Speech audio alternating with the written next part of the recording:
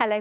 It's looking distinctly unsettled for the rest of the week. It's already been pretty wet, as you can see from this Weather Watcher picture during the day on Monday, courtesy of low pressure still with us on Tuesday, pulling away to the north. So we change our wind direction and things freshen up. Maybe a brief window of dry weather Thursday, not for long though. The next area of low pressures pushing back in for the end of the week. So if I show you the rainfall accumulation chart through the rest of the week, you can see how the rainfall amounts are piling up pretty much anywhere, seeing a good 30 to 40 millimetres, potentially in the showers, perhaps driest in the south and the east. But even here, we will see some rain at times. So that's a whole week's worth of rain, as I say. Some places will be wetter than others because we're talking about showers.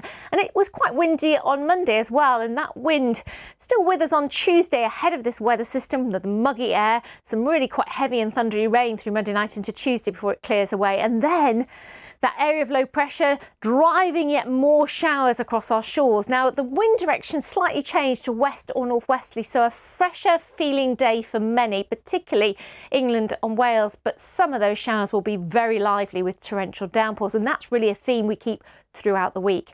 So they may well fade away a little bit more as we go through Tuesday night into Wednesday. But again, with that low pressure close by, you can still see them circling into the British Isles. What will happen is that it will freshen up overnight as well. So having had having Monday night being quite uncomfortable, Tuesday night should be more comfortable for sleeping.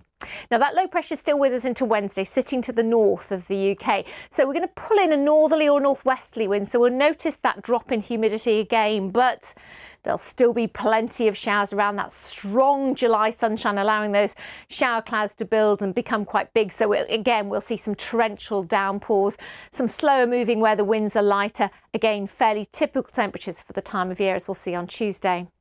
Now, as we go through Wednesday night into Thursday, we're just starting to see this little ridge of high pressure nose into southern areas in particular. So perhaps fewer showers, and the showers that do come along a little less heavy, but actually not further north. It looks as if Scotland might continue to see some really intense downpours with some hail and some thunder.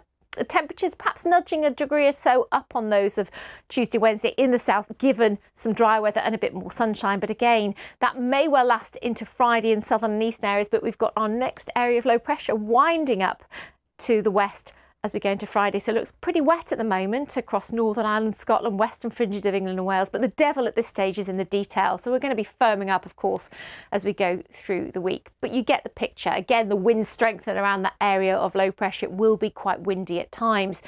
And then what happens after that, as I say, is around about where this area of low pressure comes to sit, pushing its heavier spells of rain, potentially some thundery rain, pulling up all that warmth and humidity as well from across western parts of Europe. So it could result in some really intense rainfall, potentially localised flooding, lots of spray and standing water on the roads this week in those big showers. And as ever, you can find out more on the warnings on the website.